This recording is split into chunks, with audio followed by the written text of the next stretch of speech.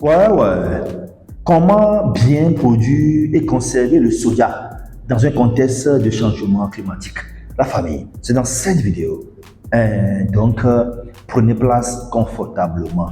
Let's go! Mais déjà, je vous rappelle que cette vidéo n'est pas une formation. Ouais, c'est un renforcement de capacité. Ah, je sais que vous connaissez et que vous maîtrisez la famille. Ok, let's go! Comme vous le savez, actuellement, on est dans un contexte de changement climatique. Et dans le domaine agricole, on parle des aléas de sécheresse, des aléas d'inondation, ainsi de suite, la famille. La manière dont nos parents, nos grands-parents produisaient dans le temps avant, mais ce n'est plus la même manière dont nous aussi on doit produire encore la famille. Parce que les choses ont évolué. Donc actuellement, on parle des techniques améliorées de production du soja. On parle des bonnes pratiques agricoles de production du soja. Donc dans cette vidéo, on va voir comment bien produire et conserver le soja dans un contexte de changement climatique. Donc, je vous convie à prêter vraiment une oreille attentive pour suivre cette vidéo avec attention. Donc, sans plus tarder, let's go. Donc, déjà, on va commencer d'abord par numéro 1, le choix du site. Voilà. Donc, comme vous le savez, mais avant de lancer une exploitation, une parcelle, un champ de soja, il faut d'abord choisir le site, le terrain. Il faut d'abord choisir la parcelle, là où maintenant on doit produire. Et pour le choix du site, par rapport à la culture de soja, il faut éviter d'abord les bas-fonds, la famille. Il faut choisir un terrain plat ou à pente légère. Il faut choisir les sols meubles profonds, légers et bien drainés, la famille.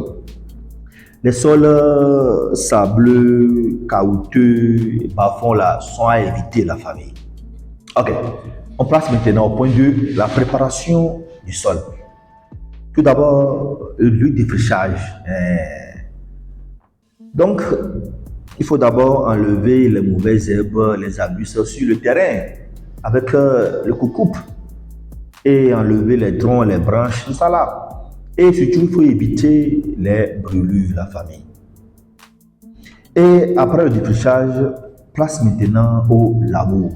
Et généralement, comme vous le savez, le labour se fait dès les premiers pluies, la famille. Et avant le labour, il faut d'abord épandre du fumier ou du compost. Il faut 3 à 5 tonnes à l'hectare, la famille. Ouais, un peu, non? Et après ça, maintenant, on passe maintenant au labour.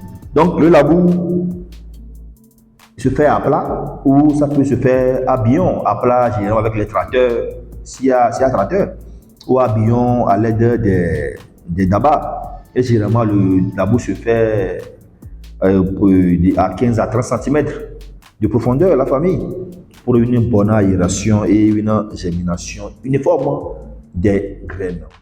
Maintenant, place au semis. Mais avant le semis, il faut d'abord le choix de la variété. Voilà. Donc, généralement, nous conseillons d'utiliser les variétés améliorées. Et quand on parle des variétés améliorées, il y a des variétés à cycle court, à cycle moyen, à cycle long. Et au Togo, la variété la plus prisée, c'est DGX 191014F, communément appelé V2. Et n'oubliez pas, le choix de ces semences-là, de ces variétés-là, c'est déterminé par le marché, par les besoins du marché, la famille. Et les semences doivent être achetées auprès, des multiplicateurs agréés ou les opérateurs agréés, non sur marché local comme ça, la famille. Ok. Le semis 4. Donc, pour le semis, tout d'abord, il faut respecter les périodes du semis. Donc, ça diffère de localité en localité, de région en région. Tout d'abord, il faut d'abord vérifier le taux de germination. Une fois les semences acquises, pour voir si le taux dépasse au moins 85%, voilà, pour s'assurer vraiment de la qualité de la semence. Et pour un hectare, le soja, on a besoin de 50 à 80 kg de semences. Sûrement le schéma cultural quoi, à adopter. Mais nous conseillons généralement le schéma cultural 50 cm x 20 cm. Donc 50 cm entre les lignes et 20 cm entre les poquets. Donc le semis se fait en ligne bien sûr et à poquet fermé. Donc on sème 2 à 3 graines par poquet. Et n'oubliez pas, on utilise aussi un produit. J'ai déjà fait une vidéo, le meilleur produit anti-sécheresse pour le soja là, vous avez rappelé non? Bactigro. Voilà, pour enrober. Et ça joue plusieurs rôles la famille, ça joue plusieurs rôles. Anti-sécheresse et console la famille. Même si après de sécheresse durant 3 semaines, même 1 mois même, le champ va tenir. En tout cas, la vidéo est sur ma chaîne, le meilleur produit anti-sécheresse dévoilé, culture du soja. On fait place maintenant au point 5 qui est l'entretien de la culture. Une fois la parcelle semée, il faut faire l'entretien, il faut entretenir la parcelle. D'abord, on parle du saclage. Donc, le premier saclage se fait généralement 2 semaines après le semis. Et on profite en même temps pour faire le démarrage à 2 plants par poquet. Donc, on arrache les plants ou les plantules moins vigoureuses, rabougries, la famille, malade même, on enlève ça. Donc, à 2 plants par poquet. Deuxième saclage. Donc, ça se fait, bon, généralement, on parle de saclobutage, hein. Donc, ça se fait 3 semaines après le premier saclage. Et bon, on fait un 3e saclage à la demande, au besoin, quoi. Ou un peu. Voilà. Donc, je vous rappelle que l'absence de saclage entraîne une mauvaise nutrition des plantes, un développement retardé des plants et une pression parasitaire. Place maintenant au 5.2, fertilisation. Ouais. La fertilisation, épandage d'engrais. Ouais. On sait que le soja est une légumineuse, mais n'oubliez pas, le soja a besoin également de PK. C'est pour cela qu'il faut apporter 2 à 3 sacs de NPK pour couvrir ses besoins à PK. On sait que N là, ça peut aller. Donc il faut 2 à 3 sacs. Donc généralement, on y pense à 2 semaines après le semis. Et on y pense à poquet fermé 8 à 10 cm du pied du plant pour éviter les brûlures. 6. Gestion des ravageurs et des maladies. Donc, généralement, pour le soja, il n'y a pas assez de ravageurs et maladies. Mais néanmoins, à la phase élevée, il y a les rongeurs qui dérangent, les lièvres. Donc, pour lutter, pour moins de lutte, c'est généralement la pose des pièges, ou le gardiennage, ou les appâts empoisonnés entre griffes. Et au niveau de la phase végétative, il y a également les acariens qui dérangent, même les rongeurs. Il faut les acaricides naturels, etc. Et au niveau de la phase du stockage, il y a aussi les rongeurs, les rats qui dérangent, les insectes, qui perforent les graines là. Donc il faut utiliser généralement les sacs PIX ou les bidons hermétiques. Donc, au point 7, maintenant la récolte. Donc la récolte du soja se fait souvent le matin entre 6h et 10h du matin. Donc il faut couper les tiges au ras du sol en laissant les racines en terre qui vont pourrir pour enrichir le sol pour la culture de la saison suivante.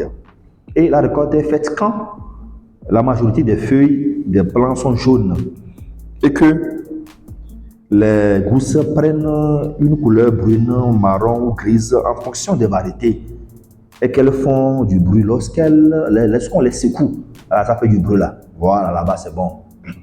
Maintenant on peut les récolter et éviter de laisser sécher trop longtemps les gousses de soja sur les tiges car trop sèches, elles s'éclatent et libèrent les graines. Vous avez compris la famille? Et n'oubliez pas, il faut transporter maintenant les tiges coupées sur les aires de séchage. Place maintenant au point 8 qui est l'activité post-récolte. Tout d'abord, il faut le séchage. Donc il faut d'abord sécher les gousses, la famille. Voilà. Donc avant de procéder maintenant au battage et au vannage pour éviter les brisures, il faut sécher les gousses, la famille. Donc il faut même aménager une aire bien propre pour le battage car elle facilite la récupération des graines quoi. Ou un peu non. Donc le battage se fait à la main ou soit à l'aide d'un bâton ou une machine batteuse. Et après on vanne et vanner, trier les grains en enlevant les corps étrangers, les grains non conformes, laisser attaquer tout ça là. les feuilles mortes, résidus de récolte, la famille, les cailloux. Et au séchage des graines maintenant, il faut sécher les graines jusqu'à ce qu'elles craquent entre les dents. Et place maintenant au point 9, qui est conservation et stockage du soja. Donc, il faut ranger et stocker les sacs contenant les graines séchées dans un magasin. Ça doit respecter des bonnes conditions. Genre un magasin propre, sec et aéré sur les palettes pour assurer la qualité du produit. Et aussi bien utiliser les insecticides en respectant les 12 conseils. La famille, j'attends vos réactions dans les commentaires sur ce. Allez, nous vous dire ciao, ciao, bye.